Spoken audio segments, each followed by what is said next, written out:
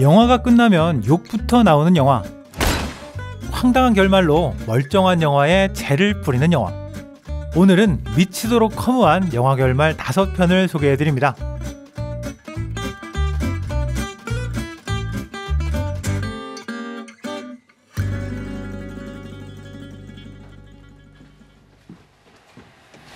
허무한 결말에 이분의 이름이 빠질 수 없죠.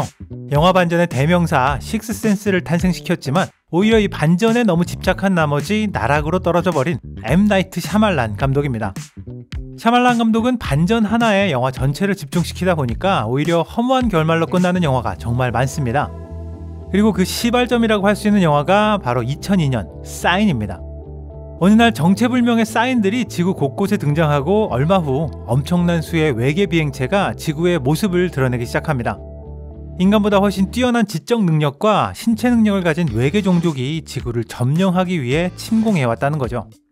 이 영화의 핵심 메시지를 한마디로 요약해보자면 세상 모든 일은 다 예정되어 있다는 것입니다.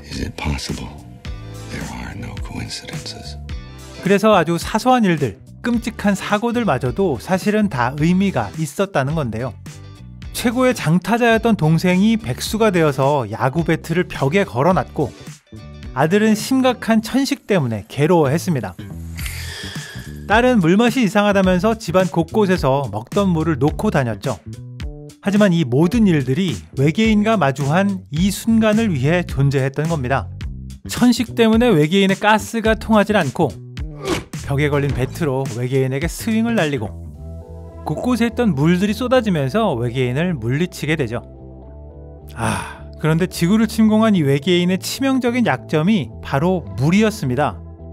뭐 산성 이런 것도 아니고 그냥 물에 닿으면 죽습니다. 지표면의 70%가 물로 덮여 있고 평균적으로 3일에 한 번씩 하늘에서 물이 쏟아지는 이 행성에 물이 약점인 외계인이 도대체 왜 침공을 했을까요?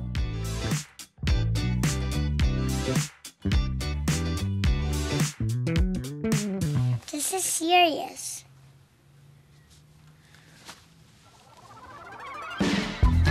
샤말란 감독은 2년 뒤에 더 빌리지라는 영화를 내놨습니다. 이 영화는 문명이라고는 찾아볼 수 없는 한 마을에 대한 이야기인데요. 거의 서부 개척 시대로 보이는 이 자연주의 마을에는 한 가지 커다란 비밀이 있습니다. 마을 너머 금지된 숲에 차마 입에 올릴 수도 없는 괴물이 살고 있다는 겁니다. 마을은 이 괴물을 피하기 위해서 매일 밤 보초를 서고 비상경보가 울리면 모두 집안에 숨어서 괴물이 사라지기만을 기다립니다. 그러던 어느 날 마을의 청년 루셔스가 칼에 찔리는 사고가 발생합니다. 아무런 약도 의료기술도 없는 마을 사람들은 그저 두 손 놓고 지켜볼 수밖에 없는 상황이었는데요. 앞을 보지 못하는 주인공 아이비가 그를 살릴 약을 구하러 마을 밖으로 나가게 됩니다. 여기까지가 영화의 한 4분의 3 정도 되는 지점인데요. 여기서 반전! 그런데 알고 보니까 이 마을이 서부 개척시대 같은 과거가 아니라 차가 돌아다니는 현대에 있는 마을이었습니다. 숲속의 괴물도 실제가 아니라 주민들이 마을을 벗어나지 못하도록 만들어낸 가짜였던 거죠. 문명생활 속에서 사랑하는 사람을 잃게 된 사람들이 삶의 희망을 잃어버렸을 때 비슷한 처지에 있던 한 역사학자가 과거의 방식대로 고립된 마을을 만들고 살자는 제안을 했던 겁니다. 이 영화는 개봉 전에 마을에 일어난 미스테리한 사건과 괴물에 대한 이야기로 홍보를 했었습니다. 당연히 관객들도 그런 걸 기대하고 이 영화를 봤을 텐데 정말 아무렇지도 않게 야 이건 다 가짜였어 하고 끝내버린 결말이었습니다.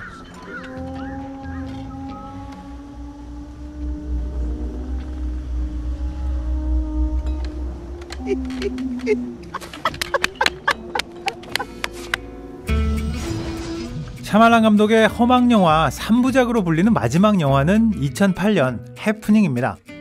이 영화는 멀쩡하던 사람들이 갑자기 스스로 목숨을 끊는 쇼킹한 장면으로 시작하면서 엄청난 궁금증을 불러일으킵니다. 영화는 생물학을 가르치는 주인공과 그의 가족을 중심으로 전개되면서 이들이 이 미스테리한 사건을 해결할 것 같은, 적어도 실마리라도 찾을 것 같은 기대를 갖게 하죠. Elliot, please tell us what to do. I need a second, okay? Why can't anybody give me a goddamn second? 그런데 정작 이 사건의 원인은 영화의 중간중간 TV 뉴스를 통해서 밝혀집니다. 확실한 이유를 알 수는 없지만 생존의 위협을 느낀 식물들이 갑자기 독성 물질을 공기 중에 방출하기 시작한 거죠. 그래서 바람이 부는 곳, 사람들이 많은 곳에서 이 독성 물질에 노출된 사람들이 갑자기 목숨을 끊기 시작했던 거였습니다. 이 영화의 결말은 이렇습니다. 더 이상 도망치기에 지쳐서 자포자기한 주인공이 바람 부는 벌판으로 걸어갑니다. 그런데 아무 일도 일어나지 않습니다. 이 엄청난 사태를 일으켰던 독성 물질이 갑자기 사라져 버린 건데요. 하지만 영화는 아무런 이유도 설명하지 않습니다. 그저 해피엔딩을 맞은 주인공과 지구의 반대편에서 같은 사건이 발생하면서 영화가 끝나게 되죠. 저도 더 이상의 설명은 생략하도록 하겠습니다.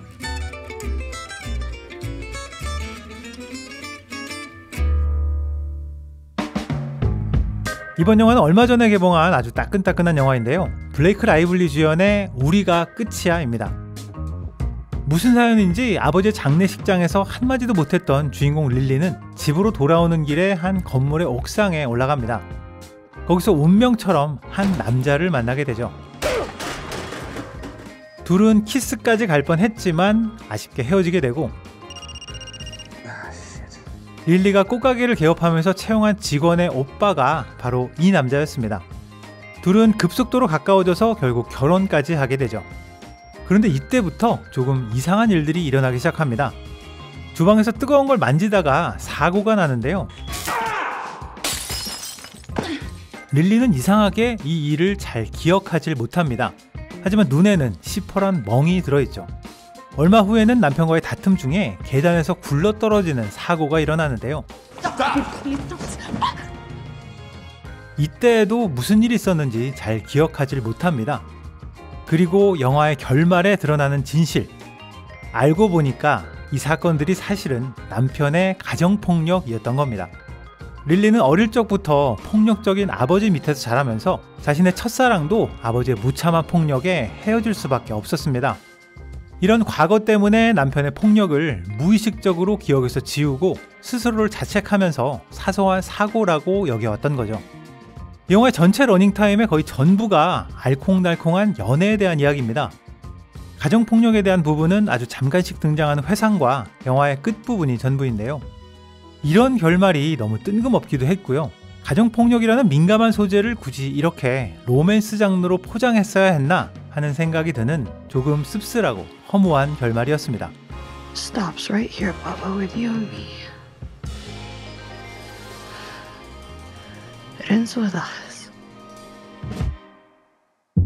제가 최강으로 뽑는 최악의 결말, 2012년 데블 인사이드입니다. 어느 날 911 구조대로 전화 한 통이 걸려옵니다.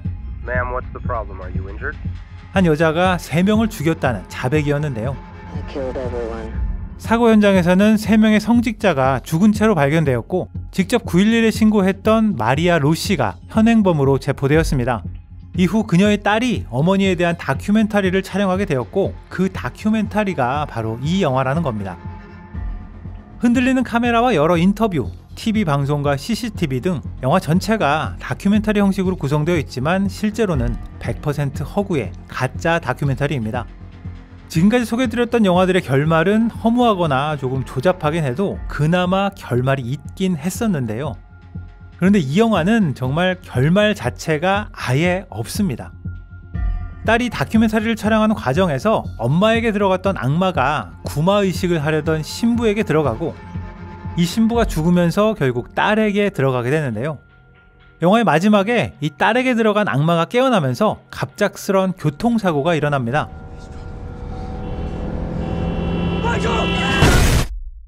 이때 러닝타임이 1시간 14분, 보통 영화라면 결말까지 한 2-30분은 남아있을 상황이죠.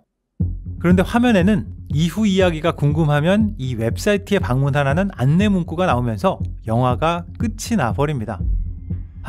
만약 이 영화의 내용이 실화였다, 그래서 아무리 자료를 모아도 1시간 남짓밖에 안 돼서 여기에서 끝낸다, 그렇다면 그나마 용서가 될지도 모르겠습니다. 그런데 완전히 허구인 내용을 이렇게 결말도 없이 끝내면 정말 나쁜 거죠.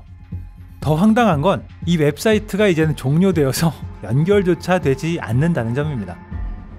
진짜 허무하고 황당한 엔딩을 수도 없이 봐왔지만 이렇게 엔딩 자체가 없는 영화는 처음이자 마지막이었던 것 같습니다.